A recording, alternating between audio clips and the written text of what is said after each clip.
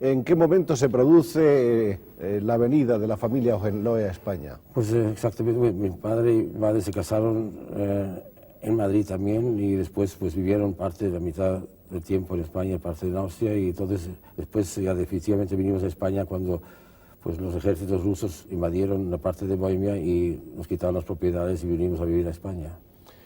Tu padre y tu madre se habían conocido en Viena, me parece. Exactamente, porque mi abuelo, que en el fondo era de raza española, de familia Iturbe, era embajador de México en Viena y en Moscú y en Berlín en esa época de los zares y los emperadores, y ahí conoció a mi padre. ¿Tu pasaporte es español, alemán, checo, austríaco, mexicano? Pues tengo Tienes varios, tengo ¿no? varios, Sí. Porque por naturaleza pues, yo soy empadronado en Madrid y soy español. Y por lo tanto eres español. Por todos los conceptos, pero por la familia tengo el pasaporte de Liechtenstein, que es de nuestra antigüedad de familia, y además por haber residido en México, de cosas me hicieron esto, ¿cómo se llama?, súbito honorario de México, por lo de Volkswagen, y así que tengo varios, pero en fin, de alma soy español. Y el Principado de Liechtenstein está muy vinculado a la familia, ¿no? Sí, porque somos parientes, y después de la Guerra Mundial mi padre no quería ser checoslovaco, y entonces el príncipe de Liechtenstein le dijo si quería ser Liechtenstein, y por eso somos de Liechtenstein. ¿Cómo es la vida en ese pequeño principado? Pues en el fondo es como un país diminuto, un poco como Monte Carlo, pero bastante industrial y, en fin, está muy unido a Suiza. Vamos a ir contando las cosas un poco una detrás de la otra y vamos a ver cómo se produce el viaje a Estados Unidos. ¿De dónde arranca esa oportunidad? Fue un poco curioso porque resulta que en el año 42 pues empezamos, fuimos casi los pioneros del esquí en Navacerrada, y en esa época pues los buenos amigos Arias y Alfonso Jiménez pues fueron los primeros compañeros y estuvimos en un equipo nacional de esquí, y de repente me apareció un señor un día y el americano me dijo, pues ¿usted me puede dar clases de esquí? Y dije, sí, porque no. Entonces, le di unas clases de esquí y al final me quería pagar. Y dije, mire, usted no me pague con nada, y me enteré quién fue, era el jefe de la CIA de Madrid, y dije, pues si usted me paga con conseguir un visado para Estados Unidos, que sabía que era difícil para mi familia en esa época, pues yo le agradecía mucho eso y no recibo ningún pago. Total, dije, no hay problema ninguno, y me fui a Estados Unidos y así empezó mi carrera en América. Y en cuanto se refiere a esa gran pasión por la agricultura, ¿fue determinante, fue decisivo lo aprendido allí? Pues lo curioso es que utilicé esos métodos para administrar después fincas que mi familia tenía en México, pero desgraciadamente con la reforma agraria nos quitaron las tierras, y entonces es cuando me dediqué, cambié de oficio, en fondo 2 veces en mi vida. Primero empecé agrícola, después me fui a lo de automovilismo porque corrí la carrera panamericana en México y me dio la distribución de Volkswagen y Porsche, y estuve pues casi 10 años en el negocio, fui el fundador de Volkswagen en México, y luego después por motivo de mi separación matrimonial me volví a España, y es cuando ya me dediqué en pleno al turismo y a la Costa del Sol, y ahora el agrónomo es hotelero. ¿Quién descubrió la Costa del Sol? Yo creo que fue, desde luego, Ricardo Soriano, el Marqués de Rey, porque él se metió el alma, y otra gente descubrió antes, pero la palabra Costa del Sol pues es reciente, es joven. Y entonces todo lo de las viejas historias de Alfonso Playboy terminaron. Bueno, pues sí, eso ha sido un tiempo muy corto. Duró muy poco, ¿no? ¿Y qué gente viene al Marbella Club? ¿Viene la gente más importante y más conocida del mundo? Pues tenemos una lista de verdad increíble de gente que ha venido, pero hemos tratado siempre pues, de mantener una sencillez, igual que la construcción y todo nuestro lujo es la jardinería y el espacio y buen servicio, pero además las habitaciones y todo es muy sencillo. Mucha gente se queda un poco asustado cuando llegan al principio y ven esas habitaciones y la sencillez que hay, pero creo que eso es lo que gusta, es como un cortijo, una casa de campo española. Incluso yo digo, me he puesto corbata hoy porque he venido aquí, pero yo nunca llevo corbata, digo, desde abril hasta octubre casi voy descalzo. ¿Te sientes feliz de que la gente del mundo, además de conocerte por ti mismo, te conozca también como el hombre de la Costa del Sol? Bueno, yo creo que mucha gente, incluso digo que mucha gente ni me conoce, y muchas veces paso por delante de las sillas ahí en la piscina y me miran y dicen, qué frío es Alfonso, que no saluda. Pues tampoco puedes saludar a todo el mundo todos los días, ¿no? Pero creen que tengo que saludarles, pero en el fondo paso, veo que él está ahí, me doy cuenta, pero mucha gente pues no me conoce y creen que soy frío. Y tú has hablado en 2 o 3 oportunidades a lo largo de la conversación de los Playboys. ¿Tú crees que la raza de los Playboys está en extinción? Yo creo que, en fondo, aparte de unos pocos, nunca ha existido. Nunca ha existido. No, hay personas que han sabido de verdad vivir de una manera espectacular, y como Rubirosa, el famoso, y Gunther Sachs, y Ali Khan en su época, pero en el fondo... Has nombrado los 3 más legendarios. Por claro. eso digo, Sí. y luego ahora nómbrame ahora 30 más, no hay. No hay, no. Entonces digo, que no tiene mucha importancia, pero en fin, siempre ha sido un poco la gente que han seguido la vida de ellos porque han salido en la prensa, pero esos mismos que los he conocido, y quizás de 12 meses del año han trabajado 9 y los otros 3 han sido Playboys, y esos otros 9 meses pues no los conocían.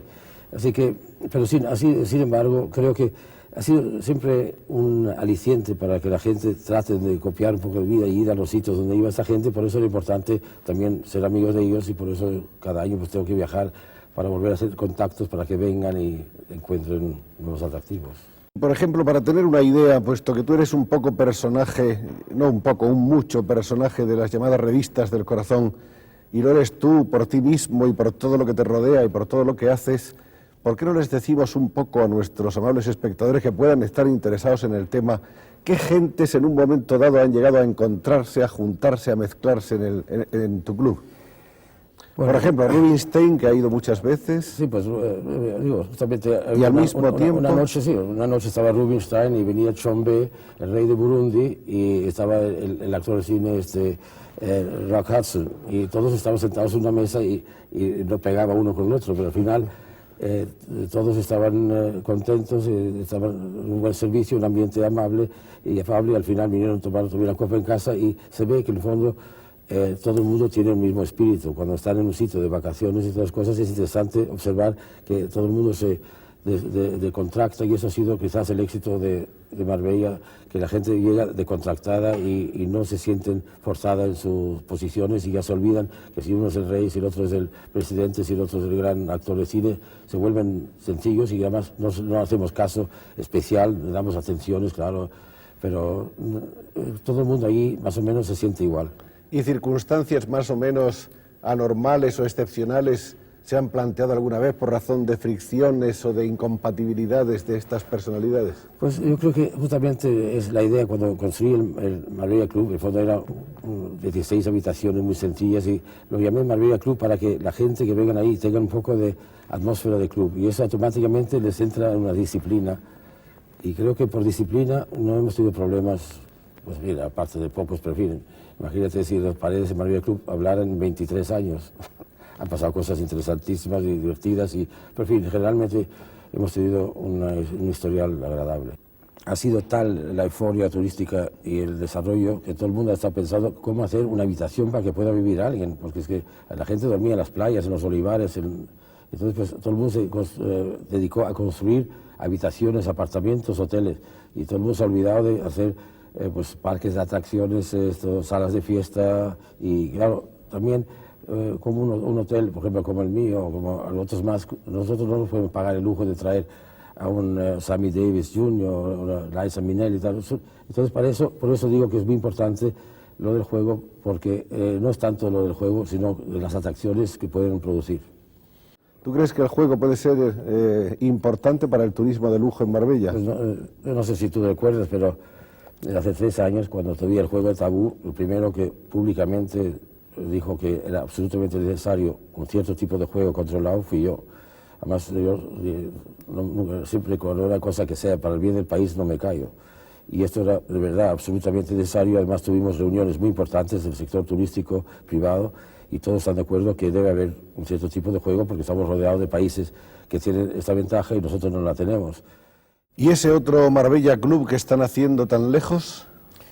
Pues el año pasado, pues uno de los Emiratos Árabes me llamó diciendo que si quisiera hacer con ellos un Marbella Club. Yo creía que era una cosa buena porque no tiene nada de gran categoría en el Golfo Arábico, y entonces ellos quieren hacer un centro de reunión social y que puede servir pues como contacto de enlace pues muy interesante para el futuro, porque he estado varias veces con motivo de la construcción del Marbella Club ahí, y me da mucha pena ver italianos, franceses, chinos, japoneses, rusos, de todo el mundo, pero españoles hay pocos en el Golfo Arábico y en Arabia.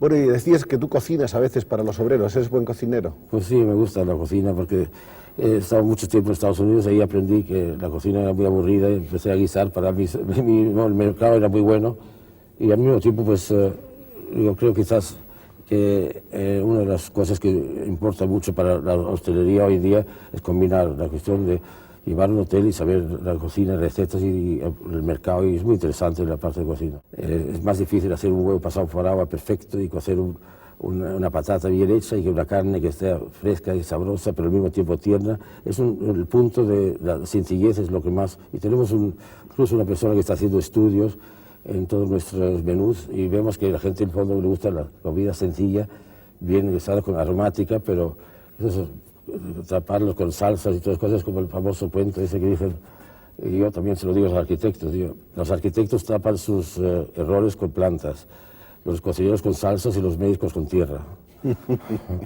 El chiste es un poco macabro, príncipe.